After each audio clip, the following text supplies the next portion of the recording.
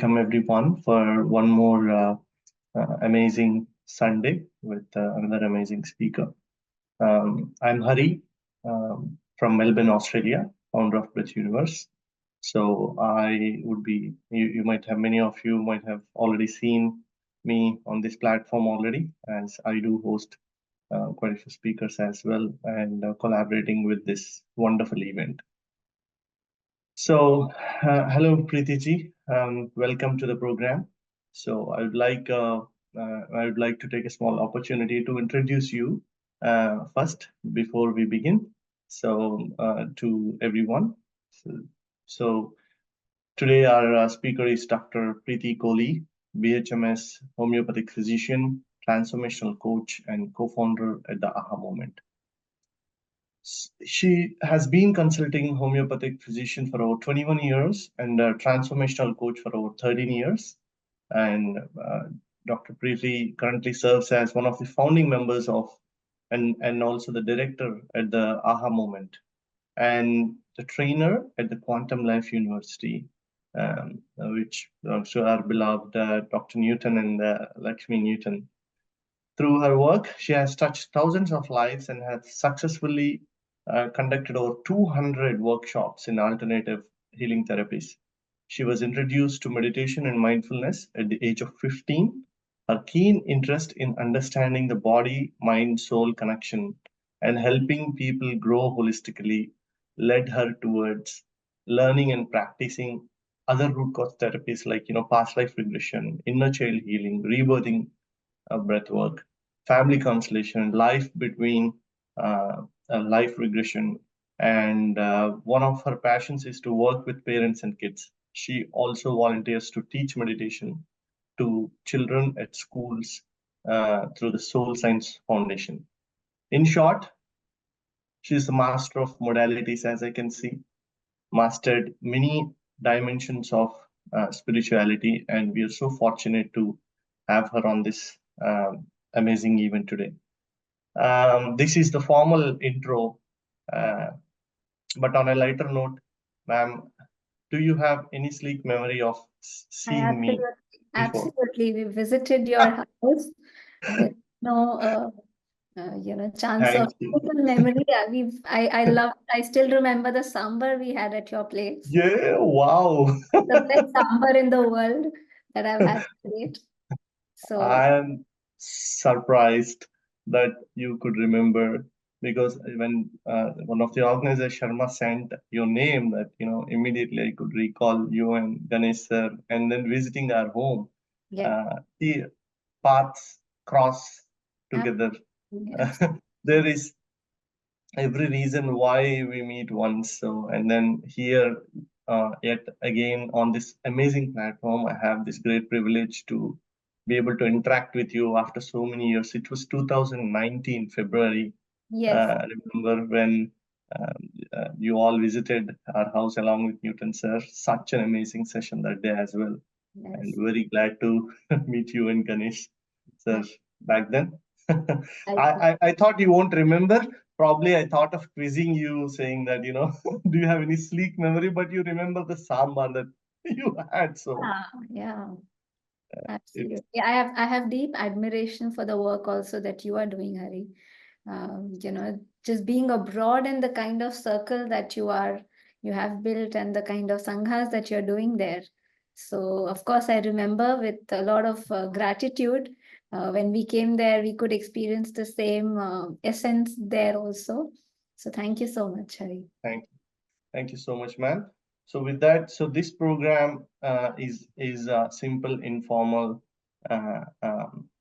session. I would say a heartfelt talk with a wonderful meditation to start with, and then we'll interact on various topics, and then I would try to explore you and your work rather than it's one way. We'll keep it interactive. So having said that, probably I'll start with my first question to you, that how did this journey into spirituality start in your life? Where did it all? What's that aha moment for you? I think, Hari, the environment was already having it. My parents have joined also today here. And yeah, in fact, what happened was that my father got into meditation before he got married. He was a disciple of Osho. And so the environment at home was already there. He used to also organize meditation camps where we were staying in our colony. And so as children, I remember, going and dancing there. Of course, that time it was not so much of meditation.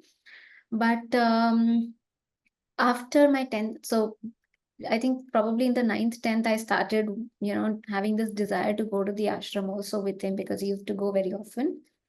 And after 10th standard, during the holidays, I went there very often. So that is also the time that I took Diksha. And that is where meditating every day started after my 10th standard. That is when I was 15. But what I obviously was told later by my parents was that when my mom was pregnant with me, every day they used to put a talk of Osho. And my mother used to, they used to sit together and they used to hear that. So I think, when I have been on this journey, I kind of remember that voice as being in the womb with that vibration. That is what was also there. So that is where meditation started regularly. And then, I wanted, for some reason, I wanted to be a doctor. And then again, being in the medical college also. And during that time, there was no Google, there was nothing, right? I was enjoying meditation. I did not know the benefits of meditation. Now, Patriji talks a lot about the spiritual science, but that time it was not so much the scientific thing, but I was obviously enjoying it. And what I started realizing was that when you would meditate, obviously you would enjoy the study also more, and you also needed lesser sleep. So I continued, that is something that then also helped me in my during the student days.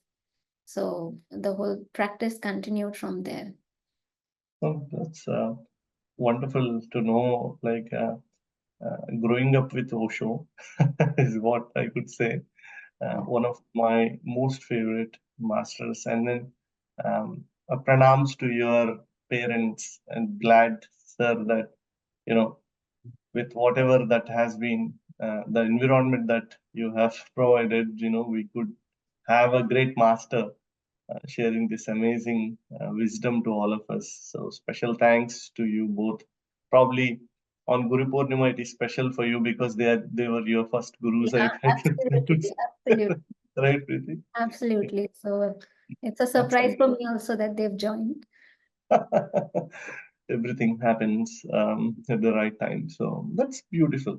So I could relate a lot with you how meditation naturally enters into someone where there is a role, because it's more or less similar to me where meditation entered so naturally with me, having an environment around. Have you so you naturally entered into this spiritual path. Is there any time where it naturally slipped away as well in your life, or was it always part of your life from your childhood till now? So I think during the college days, probably there would be some days where, some periods where it would slip away. And during the exam time, that's when I realized that, when I would start meditating, that's when I actually realized the benefit of it, because not doing it and then coming to it, Hmm. right? And then you see, oh yeah, you don't need as much sleep. And because being in the hostel, sharing the room with people, it was not so regular some of the times. And I think what kind of also then strengthened it in me, Hari, was, I mean, of course, this was the good period, but at another point when there was certain situations which kind of shook me. There was a death in the family. One of my Mausajis, he passed away. And I could, like how that affected the family. And also what happened is that when we went there for, just after his death, that is the time that this is in Gurgaon, my father was attacked by some people. He was driving a car, so they kind of attacked him and they took away the car. And obviously my father was very shocked at that point point of time also, that because he didn't realize what was really happening. But I think the way that night that situation happened, it kind of suddenly brought this thing to my awareness that nothing is permanent. I mean, we take sometimes life so much for granted, that relationships for granted, and things could just change overnight, things could just end anytime. Our father also, right from childhood, had also, whenever we would do any mistake or whenever something would happen, he always would say, okay, let's, take some time and let's see what is that we can learn from this. So I think that kind of introspection, with that, strengthened my thirst for it. So, just that was the point where after which I felt like anything else is secondary. This is the most important thing for me. And that's where after which it has not slept. So this is back in 2001, I think. Oh, that's great.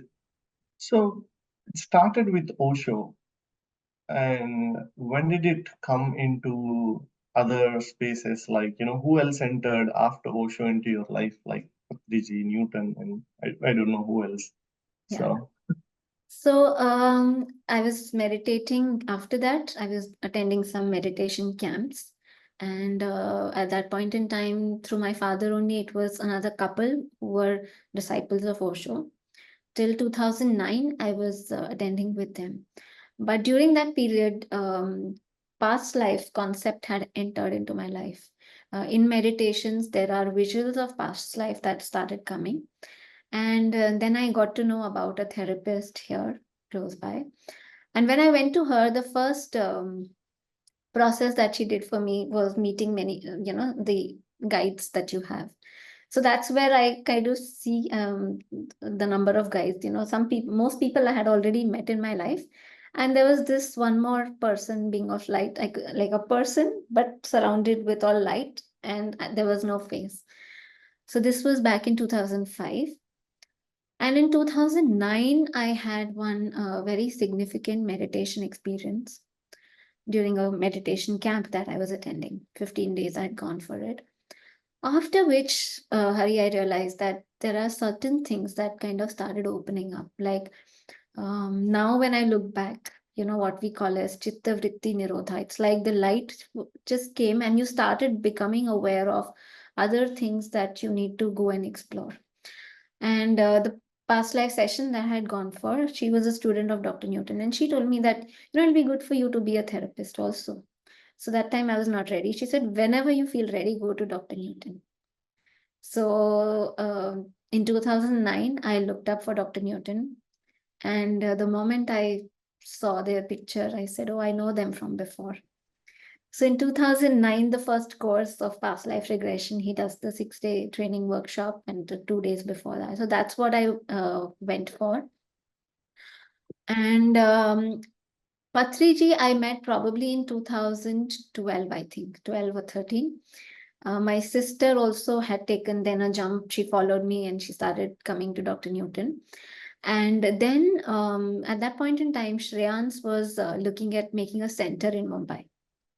My sister, being a software engineer and a trainer, she wanted to take a jump. She wanted to also come into this more.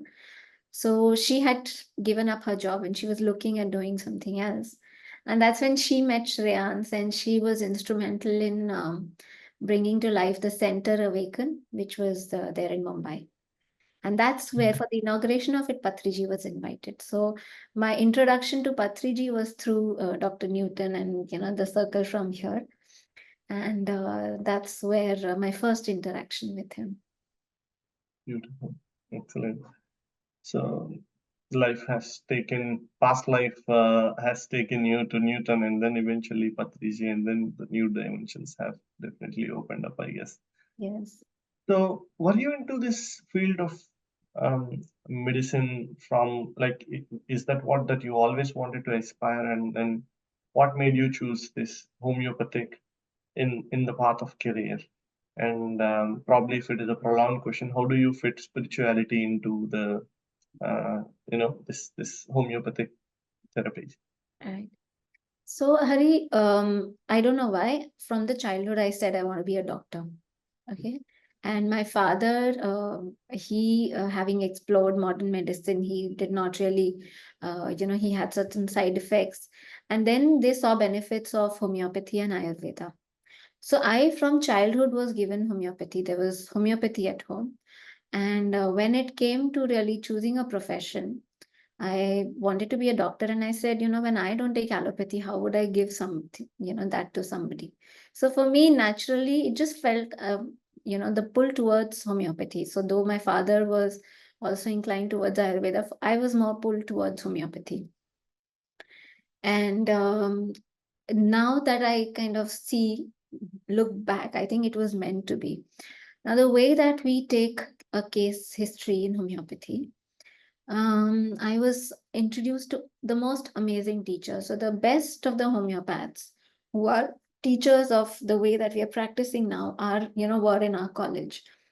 And the way that the history taking, like, when I'm sitting with a patient, like I'm probably giving 2 or 3 hours, and it's actually a journey of going within. So from the conscious of whatever would be happening, they're really going within. And what was very beautifully happening, Hari, was that we were able to witness that there is a conflict within. This illness is a representation, is a manifestation of certain conflicts. And so most of the time, of course, the patient was not aware of it, but we were able to see it as a doctor. And that really started, giving me so much joy when we were able to understand somebody at the depths of it. And then, of course, because I was into meditation, this, this introspection, this questioning that what is the connection of this, right? What is the meditation connection? And of course, because I was meditating, right? I mean, I was still kind of seeing other people having the illnesses. So this question kind of remained. And Dr. Newton's book, Consciousness Heals, I think was the first book where the way that he's explained the role of the emotions and how those emotions, the emotional issues not dealt with, how it also comes to the body and when something is happening with the body. Because earlier when I was in meditation, many times, I think probably not paying attention to the body, like somewhere it was, how do you relate to the body? Okay, you are not the body, but how do you relate to the body when there is an illness? How do you understand that? So that element I started understanding from really, Dr. Newton was the introduction, and of course then, other books kind of opened up that whole arena. So that is what started giving me more joy. And as you were talking about you were reading from the introduction. Now I really enjoy doing, when a person is wanting to understand rather than just me understanding and the patient not understanding, that obviously doesn't give you as much joy. But when the person wants to participate in their own healing journey, that is something that really gives so much joy when we are able to empower them. Oh, that's really interesting on how you have how you're seeing uh, medicine, and then how you have approached the science into spirituality slowly for the patient. So that's really amazing. So if I may ask, like you have been practicing so many modalities or encouraging so many modalities like breath work, inner child, past life regression, and all of them. So how do you see it, meditation versus just the normal meditation versus these modalities? Why do you think one needs these modalities along with meditation? Beautiful question, Hari. Thank you for asking that.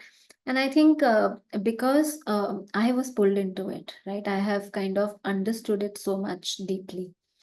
Now, when when we are meditating, we are connecting to the light. Whereas there are areas of our lives where there is darkness, which we are not aware of, which is in the unconscious, right? And many times we tend to bypass that. And the issues that are coming when we say we create our reality, right? Where is that reality being also created from? Because a lot of the conflicts, a lot of the stuff in the unconscious is also affecting our life. When we have a relationship issue, when we have issues around health, around finances, wherever that we may have issues, that also we need to look within. What is our perception about it? What is it that's happening for us? So I can share with you how I got pulled into it, right? Because I was not knowing. For me, I was feeling very good in meditation. Till a particular point, I did not really feel the need to go into it too much, apart from a couple of sessions which just helped me understand certain things. But as I kind of look back, Hari, my parents actually lost two kids before me. Okay, so first, the child that they had was a stillborn, and then they lost a child after 25 days of being born. Now, what the reason why I was pulled into it, because of course I was feeling peace, but I was feeling a disconnect also with life. There was a part of me which kind of didn't want to really also be here. And then now I have observed in so many people where they also use meditation as an escape. There is no peace outside, there is no peace in the relationship, so I'll find peace within. Right now, of course, we'll find peace within, but the outside world is also a reflection of the inner world.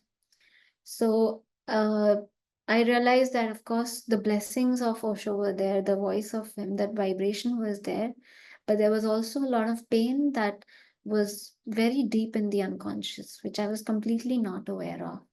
So through the processes that Dr. Newton, earlier I was attending, even the smaller other workshops when he would come to Mumbai. Through those workshops, the understanding then started coming that why was I also pulled towards this? What in our scriptures, when we say chitta vritti nirodha, right? Now, how do you get rid of those vrittis that are there in our chitta, in our unconscious? So that if something happened in the childhood or something happened when you were in the womb, now what is the way? Because sometimes, of course, to a certain level, things happen just by themselves in the meditation, but a lot of them does not happen. And as I've been doing a lot of research, especially when there is something, like this, when there is something traumatic that has happened, what they are also recognizing is that what helps is somebody holding the space. Like in your meditation, when you're doing things by yourself, but versus when you are with a master who knows how to hold that space for you, it's so much more helpful to do that. So that is when I felt the need of it. So for the last 10 years, we of course do sanghas at home. Right? Every Thursday we have a sangha where all of us meditate. So that is the primary practice. Nothing obviously happens without that, right? But felt also the need of these other things, where when other people are having issues in their lives, how do they actually kind of really get out of that, which provide the space for throwing light onto that, the dark areas of your life. Yeah, so that's beautiful. Absolutely. When we are stuck, especially at some place, I always have seen that these modalities help, release the locks Absolutely. much quicker. So that's a beautiful way of putting it together. So, and when you said sangha, let's. I love the way that you have highlighted the aha in the end in the sangha. So please tell us about aha movement. What is it, and when did it start? How did it start? So AHA was started in 2017. And Ganesh, my husband, is the one who kind of had this idea. He, being an entrepreneur, he's into education. So, if you remember when he came to you, so he said, I'm retiring. He went to Dr. Newton with me. So, by the way, firstly, he was extremely scared of past life. When we got married, it was an arranged marriage. And, he said he loved that I was very calm. He felt very attracted to the fact that there was calmness. But then I said, yes, you'll get the calmness when you meditate. And he said, there's so much to do. I mean, are you kidding me? Like half an hour sit and do nothing. But then I took him to a meditation camp. After 3 years, he agreed to come. That's where he started meditating. And after which, when I went to past life, he said, oh my God, now this is a, new thing that you're going into it. There's enough in this life, right? Why do you want to go and explore this past? So he was very resistant to it. But I think one or two times when I was just talking about Dr. Newton, something that I spoke about Dr. Newton just stuck with him, that, so that's when he agreed to come for Inner Child in 2013. This is the time that he was just retiring. It was on his birthday. And what happened is that Dr. Newton told him, there's nothing like retirement, anybody can be peaceful going up in the mountain. You have to be in the world and you have to practice this there. So he was influenced. He had already given up what he was already doing, but certain new things that he started then, he, went back into education and he was doing a lot of philanthropic work. Now, what he had done was, because he had exited certain things and he still had his share, but actually things started growing. And his work, now when he went back in a new way, started really growing. So a lot of people were now coming to him, how did you do this? They wanted mentorship. And that is when he thought of actually creating the AHA movement. So he said, because, the wisdom that now we are learning from Dr. Newton, which is applying the spirituality into your real life, right? One is you just meditate, but actually, how are you applying that into every area of your life, your work, your relationships, everything? So that's when he said that, let's create something where we actually bring this. So that's when we founded the AHA movement. The organization, so our organization, of course, has grown, the education. So I conduct meditation there. So the day that I'm going, for everybody, there is meditation. We have a practice of having meditation music go on in the office 3 times a day. So for 3 to 5 minutes. And, not everybody may want to meditate, but at least everybody becomes silent. So a lot of people are very happy meditating. Some people just become silent and respect that. But that environment, slowly, actually, consciously started seeping in into the entire organization. And that is when also we spoke with Dr. Newton, Dr. Lakshmi, because this work was so important. And they used to come to Mumbai just once or twice a year before that. So they then suggested that we could do the workshop. They empowered us to conduct the 2-day workshops. So all our workshops, the AHA movement is doing. Basically, there is no profit. Everything goes to Quantum Life University. It goes towards the creation of the university.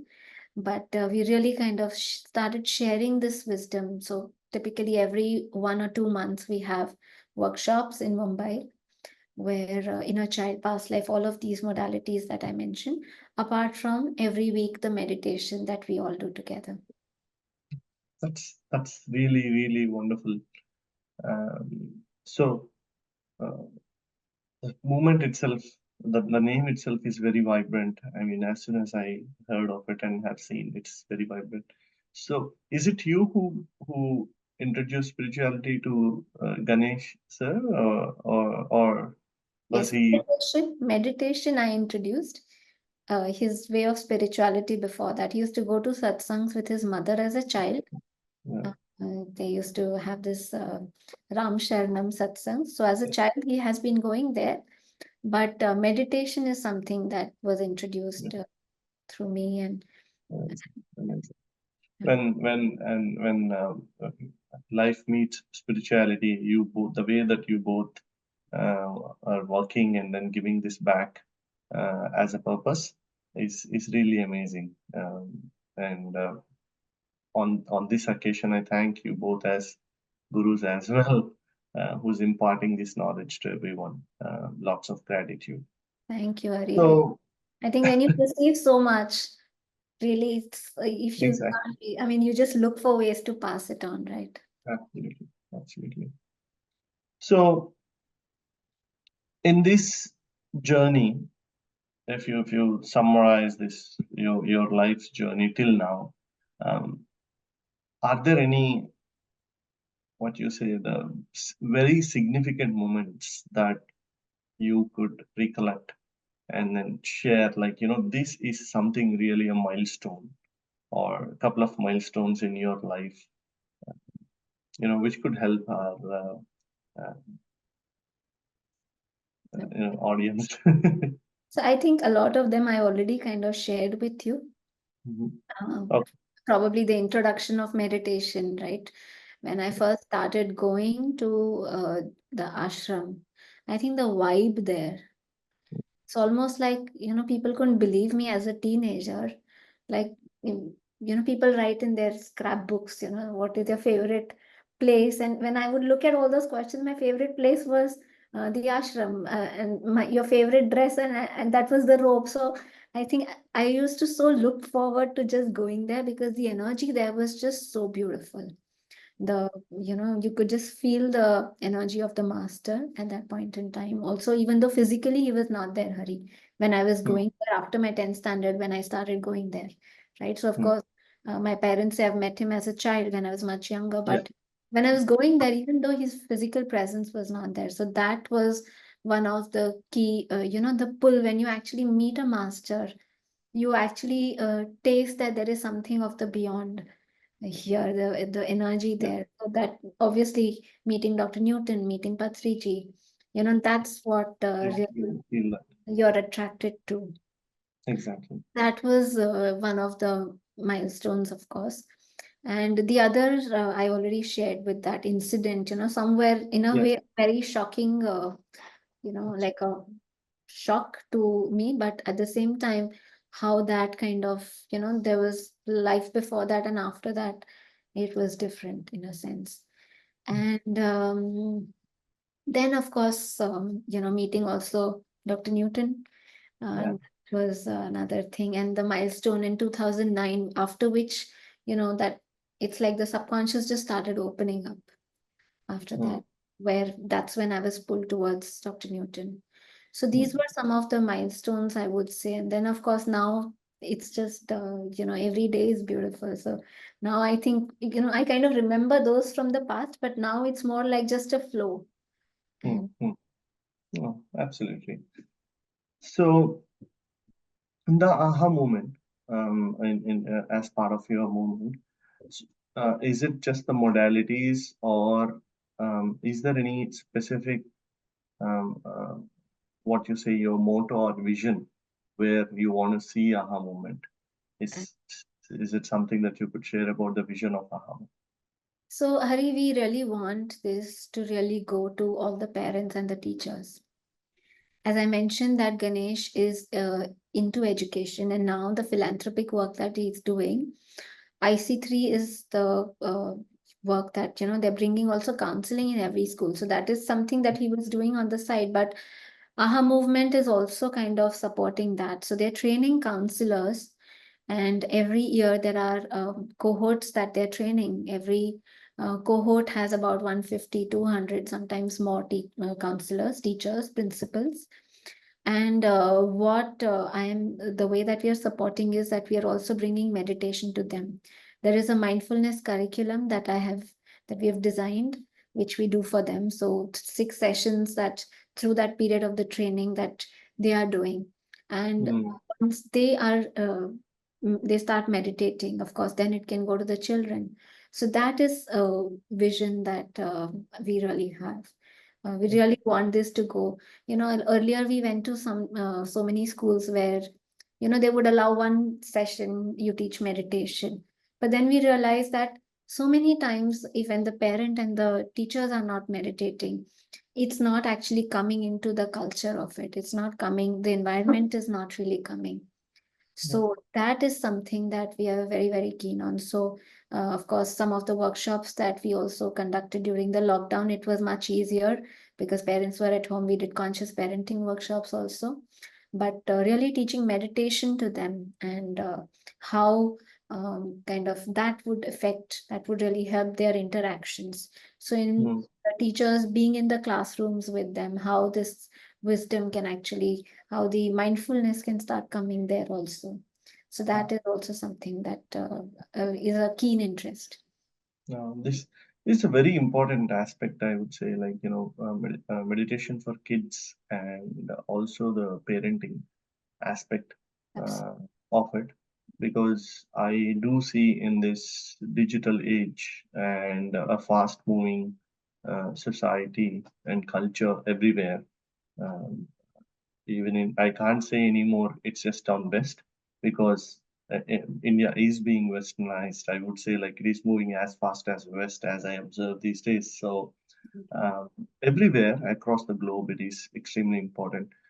Uh, can you just throw some light on uh, first question? I'll ask two questions at a time, even if you want to combine. So one is why importance of meditation for kids? Why?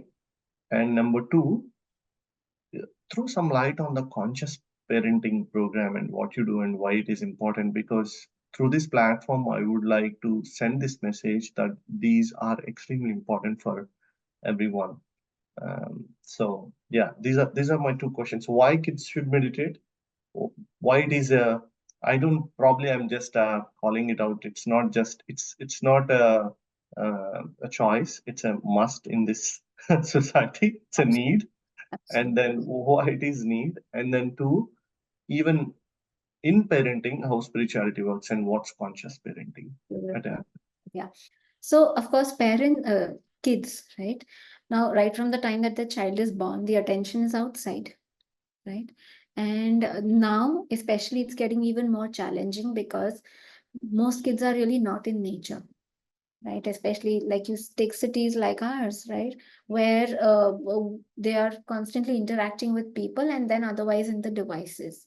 So there is no time where they are being. And of course, they are getting more and more disconnected with the inner world. And we obviously start feeling, that outside is affecting me. When the children start meditating and they are just so good, some of the workshops also, I remember once when we had gone for GFSS, and there we did a workshop for the kids on the side when they come, right? Now kids are just so open. The moment they start connecting, they start connecting to the Buddha within. And it's such a beautiful, it's completely a different paradigm when they start knowing that you are not really, the outside only is not affecting you, but your inside also affects outside. When you're connecting to the essence within, the power within, you get all the answers, and you can really start kind of, being a different way. So situations of when there are exams or when there are stress situations, and of course the love and the compassion that starts coming in them is even is so evident, right? So definitely, especially in this time and age when they're not spending so much time in nature. Otherwise, as kids, if probably when we were not already meditating, when were those special moments? They were moments in nature. But now hardly kids are really getting that. So much they're more with the devices. So the meditation is so much more important now for the kids, right? And secondly, when you said parenting, right? In parenting, one of the obvious main thing is that the child is already a divine being, right? One of the principles is that when the child is born actually as a divine being, and adults have become adulterated. And typically, the parenting is, we are trying to make the child a particular way. We are trying to teach the child as if the child doesn't know and we know, right? Whereas because this child has already come from those realms fresh, right? Divine, pure, the child actually is a mirror. So in conscious parenting, we understand this concept of mirroring. Now, if the child is actually throwing tantrums, the child is just kind of distracted, angry, okay, and that's affecting you, that's bothering you. What we do is we ask the parent, what is your fear? How is it affecting you? What's bothering you? And when they actually start seeing within, they start realizing that actually the child is mirroring them an aspect of themselves. And this mirroring aspect works even when the child has become an adult. Now, you don't like something about your son who is 25 years old, but what is actually bothering, you about this child? When you start seeing what is your worst fear about it, okay, and that worst fear, it's actually something within you which is being mirrored there. So classically, when people have two kids, many times they see that one child may be just like them. Now, if you are somebody who's been very, very hardworking, like you've neglected your health, now this child you see and you just get so concerned about this child because now she's in the medical field, but she's just not taking care of her health. She's burning herself out. And your concern about her is actually she's a mirror of you. And how much ever you tell this child to do it, she will not listen to you, right? But what you need to do is when you work on yourself, when you see what is that mirror, and when you start changing that, that is when this starts changing. And usually the other child probably maybe a disowned part of you, something that you are disowning. That child may be that. So our kids typically trigger those elements in us, which we need to work on. So we always say, we don't have to work on children. We have to work on ourselves, taking them as mirrors. We have to hold that compassionate space for them. But we have to really work on our own selves. So this is really wonderful. I mean, it's not just releases or improve the way that we parent the child. It is also about us as parents unlocking ourselves. Like because I hear a lot of these questions from many parents that why some son or daughter is not listening to me or throwing these teenage tantrums or you know but the key is within us to tune them is something that is really fascinating about this and thanks so much for and it aligns with your vision which is a perfect need for the society, need of the hour, I would say, like conscious parenting and kids. So that's an amazing work, I would say. With that, before we get into Q&As, um, any final message to our audience from your side? I think everybody here is already on the path, and just it's amazing that everybody is following Patriji's and Dr. Newton's, way of being. What they kind of say is like Dr. Newton when he empowered us to teach, and he said, ABC, you teach ABC. Yeah. So really, always keep learning, seeing Patriji, seeing Dr. Newton, they are eternal students. They constantly keep updating themselves and constantly keep sharing. So I think that is, really the message for everybody. Just keep not wasting your time, not, like always making sure that you're using your time in the best way and sharing the wisdom that you have received. Absolutely. By the way, Hari, also one more thing now that AHA movement is doing, Dr. Newton, Dr. Lakshmi have empowered us to actually take their work also, to arrange their workshops also outside of QLU. So I know a lot of people who, were not able to go there, but just we are going to be also arranging for their workshops. We, in the last 3-4 years, we've attended other workshops. We went to Dr. Joe Dispenza and, seeing 2,000 people there, right? And we said, we have such masters here, right? Yes. And we really need that wisdom to really also go out there. So we want to take them also out of there. And so one of the things that we are very happy doing, when you said any, message, if anybody would like to bring their work to your city also, you can connect with us. We are happy to see if we can arrange for a workshop there. That's amazing. Thank you so much. And I really enjoyed this so much. And then glad our paths crossed. I mean, it's a pleasant surprise. Hopefully, there is some purpose to it for now to be able to connect with you, and then let's see what uncovers, and we'll be in touch. So, any questions from audience? Anyone has any? So you may chat your question if you have. Thank you, Hari. Yeah. Thank you actually for the wonderful interaction, right? So it was great. I mean, those questions were great. And ma'am, Preeti ma'am, Absolute bang. Yeah. So maybe, before any question comes up, maybe one basic question from my end, because you are a doctor and also, I mean, so many alternate therapies you look into, right? So one basic question is what exactly, how do you define disease as? Maybe on physical body and mental body or emotional body, and how much part of this disease is actually carried from past lives, and how much from present life. So maybe, just to throw some light on those parts. That's wonderful, Raghav. Thank you for sharing. So, by the way, disease, of course, we all know this is something that we are uncomfortable with, right? And that, of course, we usually talk about in the physical, but also in the mental, right? So, at physical, mental, emotional levels, every level, when there is something which is bothering us so much, which does not let us enjoy the flow of life, not let us be with and enjoy what we are. Now, the reason why I was also pulled into this, one thing I forgot to mention during my journey was I got hypothyroid, and I got it in 2006. And that was something I was like, oh my God, I'm already meditating. So it was a shock for me that how did this happen? Now, later, of course, I realized that there was some triggering situation that time which I was not so aware of. So, of course, being in meditation, it's not like you go really up and down too much.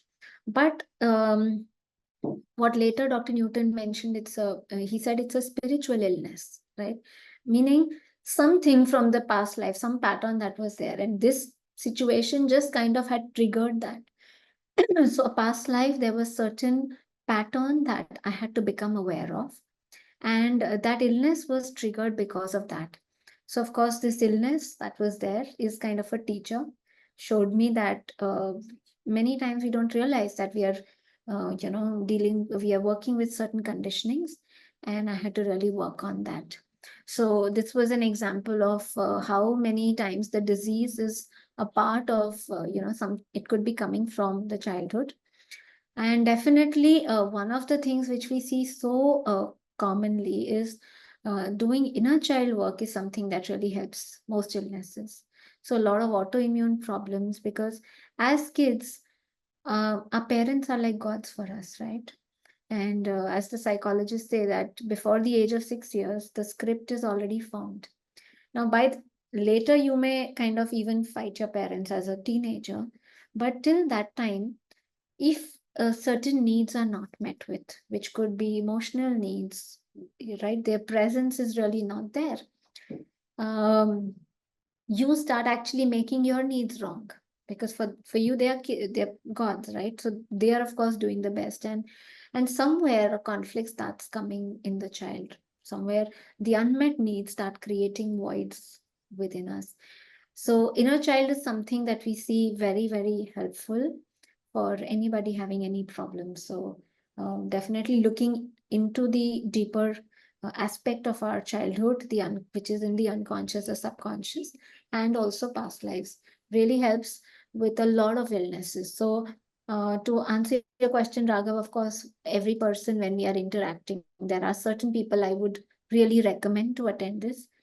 Of course, a lot of other people would not really be ready, right? They are not, or it just feels like just starting to meditate will start also helping them. So depending on when they're sharing about the illness, where does it feel like it's coming from? That's where we are able to guide. Yeah, Great, that's thank you. Wonderful. thank So you. I also see one question in the chat, ma'am. So how to overcome the fear of past lives? So there are times I stop meditating with this fear as I see some images while meditating. Okay. Thank you, Pavitra ji. Thank you for that question. Now, the fact that it is coming for you, the past lives images are coming for you, and the fact that fear is coming shows very likely that there are certain traumatic lives. There are certain things, and even if we actually don't look at it, those lives may be still affecting your life.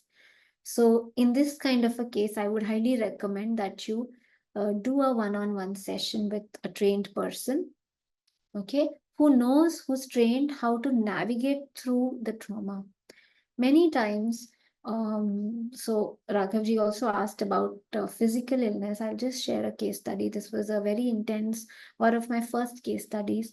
This person who came to me, she used to have very severe pain during her periods, to the extent that she used to faint during her periods. No medicine would help, only if at all she could take injections sometime, but otherwise she would faint. And when she came to me, she saw a past life where first she gave birth to a girl child who had a slight defect. And her in laws, this was back in Rajasthan, killed that girl child. And every time she would get pregnant, the father in law would actually abort, inserting a metal rod. And so that was the trauma that she was carrying. And when she was in the session, when she came to me specifically for past life. And when she actually experienced that, she would relive that trauma now, and two sessions of that, because she could not also forgive in the first session. So, firstly, reliving that, and then the forgiveness aspect. And after which, her periods became like any other normal day for her. So, sometimes we've all as souls, of course, have had traumatic lifetimes. We've, probably died of some calamity, natural calamity, or some war, or a murder, or a suicide accident, right? So now when that kind of traumatic thing is there, it feels too scary to actually go there by yourself, right? So somebody that you can trust, somebody who holds that space, so that you can actually go through that and navigate through that area, is going to be very, very helpful. So it'll actually help you in your meditation practice also. It'll help you overcome that, deepen the meditation practice, and also let go of whatever may be carried from that life. Yeah. Great, That's, thank you. Yeah, so I also see one more question on, can you please explain your perspective on bipolar? Thank you. So, Prasanti ji, all of us, of course, we are not one personality, right? We are within us, there are so many sub personalities, right? In one situation, we are a particular way, in another situation, another part may come out, right? If you have to deal with difficult officials, you're going to be dealing with in a different way. Whereas if you are now in a meditation setting, or when you're with your spouse, you're going to be different. So all of us, of course, have many aspects within us. But when any of these, when they become much severe, any of the mental illness is where the disturbance becomes too much, or the split becomes too much. So in a bipolar, of course, where it's almost like a split is there. Many times there are aspects which are disowned within us, which kind of start acting. So whether it is bipolar, or then other some kind of extremes like a schizophrenia, there are aspects which we are denying. In our conditioning, in our society, there are so many things we glorify certain things, we say certain things are very good and certain things are bad. So a lot of aspects are suppressed. I'll give you a case study. This is not exactly a diagnosed bipolar, but she was brought to me. She tried committing suicide, and she was brought to me by her parents, and they also said that she gets possessed. When she gets possessed, she starts throwing things, and she starts, behaving in ways, giving very bad words. When she did a session with me, she was in the trance state. What came up was that the parents always had this thing of, you have to be a good girl. Now, if you're being calm, if you're being nice, very well natured, then you're a good girl. Now, being angry was a bad girl, right? Now, so what would happen is she was try to be this good girl, but in situations of stress, that stuff that is suppressed would just suddenly come out. It would be like an explosion. And what she realized was that it was the disowned self which was coming out like that. So many times, a lot of disowned aspects really start kind of showing in that. beautiful. Great, The thank you. answer. Yeah. I also see a raised hand here. Kavita, if someone can unmute, please.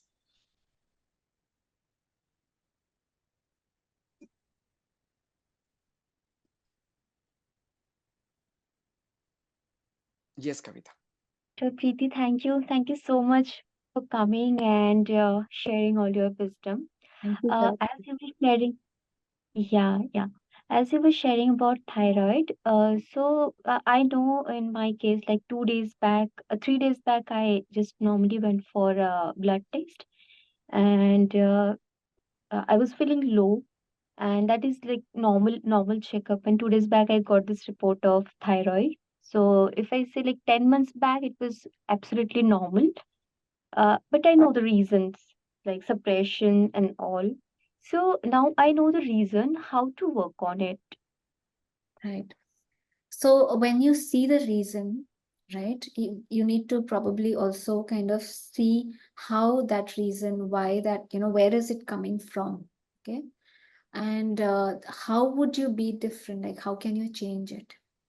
Okay. Usually, the change does not happen just at a conscious level.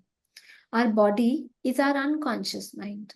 So when we have an illness, it is actually the coming from the unconscious. Actually, the body is showing to us that something that we have been thinking and doing is not really working. It's not right. When I share about myself, I would always put others' needs above mine, right? Mm, Because I was in meditation, it's almost like I was understanding, I am calm, it's okay, I don't get it. So I would always kind of, be very empathetic, always putting the other's need over mine. And kind of when it went to a level which was obviously, and like I said, there was a trigger situation from outside, but that is what kind of started triggering that. Now, this putting the need, my need, others need above mine, why was it coming? So the exploration, the understanding deeper actually took me into inner child, because right from the childhood, right, as I mentioned that whatever situations my parents were going through in the womb, I almost sensed as if, because obviously there was a lot of pain, a part of my mother was numb, right? mm, Having lost two children, of course she had conceived me, but she was, and a part of me said, oh, it's okay, I don't need, it's okay, I'm fine, I'll take care of myself, right? Now this is yeah. a very subconscious thought a child thinks, okay, I'll deal with it in this way, but actually the child can't. Your needs cannot be met by you. So actually looking into that, where was it coming from? And the change has to be happening there. So when I did inner child work, in inner child work, when we look deeper, when we become aware of it, we do the reparenting. It's like Mm, now I need to start changing it there, because just here, so you can actually, when you're saying I understand it, just see if you're able to change it by yourself, right? That, okay, if this is what is, if this is the unhealthy pattern, what would be the healthy pattern? How would it be? And if you're able to turn it around just with meditation, that is beautiful. But if you're not able to, if it actually starts taking you deeper, and as I mentioned with Pavitra's question, sometimes, things are, there is pain and we need help. We need somebody to hold that space for us. So in right. that case, you can take help. So if nobody's there, and if like we have to do it by ourselves, I met you, I think, I mean, I know I met you a couple of times in Quantum Life University, and probably in Inner Child workshop. Oh, So okay. yes. Uh, if you allow me, I would love to talk to you, and later maybe after this session or any. Absolutely, Kavita. Thank you so much. Sharma ji has my number. He can just share it with you, Kavita. That will be Sure. great. Thank you We'll Thank so do much. you. that, ma'am. Yeah, I also see somebody has asked for some books on that's the right. Yeah. side. Thich Nhat Hanh has written a book, Reclaiming Your Inner Child. His You. book is wonderful, Thich Nhat Hanh, and also a deeper work by John Bradshaw. So this book is much deeper work on inner child, which is Homecoming. When I say deeper, it'll actually take you into a journey, and you'll be able to probably get in touch with certain memories also. So if you're interested in also doing that, Homecoming is a beautiful book. John Bradshaw is an amazing master, done some amazing work on inner child. A lot of his videos are also there on YouTube. So if you'd like to also just, go through those videos, that will start also giving you an understanding. And as you're kind of listening to that, things also kind of start surfacing. Great. Thank you, ma'am. Sure. You. So we Thank will you. put across these names, right, in our group chat as well. So you can, pick up from there the YouTube links also. Yes, yes, Great. definitely. Thank you So so much. maybe at Thank you top so of the much. hour, but I mean before leaving, right? Because now Osho is one of the inspirations, and we all know, right? He's the grandmaster who really near born, neither did. He had just visited here to share his wisdom, right? So maybe from your life experience and teachings of Osho, right? One or two teachings or sayings, right, which really inspire you or always, in time of maybe down, it really helps you. Can if you can share. Wow, I think all his there are so many of his talks and his stories. Uh, some of his work, some of his talks. I think probably the introduction to past life was probably through him. When I would hear him talk about Buddha and how Buddha would take everybody into past life. But some of his talks are really inspiration and something that has stayed with me. One of the stories I will share, if that's okay. Uh, Absolutely. he's talking about Buddha's times when there was a elephant, and this elephant used to be the main elephant for the king when the king would go on wars. But now this elephant had become very old, and once this elephant is crossing the river, and this elephant just falls down, and it's not very stable. It falls down, and then this elephant is not able to pick himself up. And they're everybody's gathering there trying to help, but obviously who can help really an elephant? He's so heavy.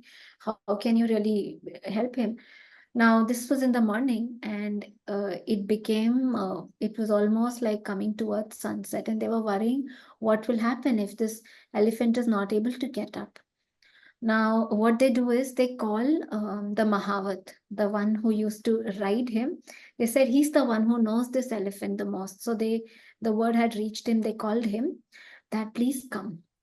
And what he did is he said the the drums that are played for the war. He asked, bring those drums, and they started really playing those drums. And like this, the elephant just got up and he walked out of the river. And Buddha's many disciples were there. They were watching this. And they go back, and the next day they tell Buddha about this, that this is what happened. And Osho says that Buddha told his disciples, take inspiration from this elephant. He had fallen. And what happened was that in Hindi he says Sangram Neri, the drums which kind of came on, the warrior within him actually awakened, that the strength, the inner strength that came up in him actually made him get up. He was not able to do that since morning. Of course, he was tired by evening, but that inner strength really took him and got him out of that. And Buddha says, just like this elephant, all of you are also in patterns. That you're stuck in them, and you can really come out of that. So really beat those drums within you. Really take that inspiration from the elephant, and really push yourself and have that dedication in meditation. So this has been one of the stories which I really, really like, and many of such stories. So this series is called Esthamo Sanantano. It's in Hindi, and one of my most favorite series, and many of such stories. Osho, just with one of these stories, he's, almost a 1.5 hour talk, and so much meaning, in everything, how Buddha would actually, from every event that was happening around, he would give that teaching to his disciples, and how then now Osho has taken those stories of Buddha's times that have been given, and taking these stories, how he's actually sharing that wisdom is just beautiful. And they kind of just stay with me and really help me. Great, great. Thank you very much, ma'am. Thank Yeah. you. I mean, one of the greatest storytellers, right, Osho? I would accept. Yeah. Yeah. And I think just recently, Dr. Newton was also kind of just saying that, he's one of the courageous masters who actually spoke about this deconditioning, who said in the ashram, now I kind of recollect that people used to walk with those teddy bears, child work was happening, and there was a lot of deconditioning work that was happening. So of course it's, he was a courageous master who said, yes, there is stuff that we have repressed and we need to look at it. At one point of my life and our lives, we read nothing but Osho. I mean, once he enters, right, he won't leave. He's like a magic. So he pulls you there. So I used to feel at some point like, as soon as I open the book, he comes, sits in front of me with a chair and start taking a class or start taking this, with a stick continuously throw my pre-programmed mindset and then crack it.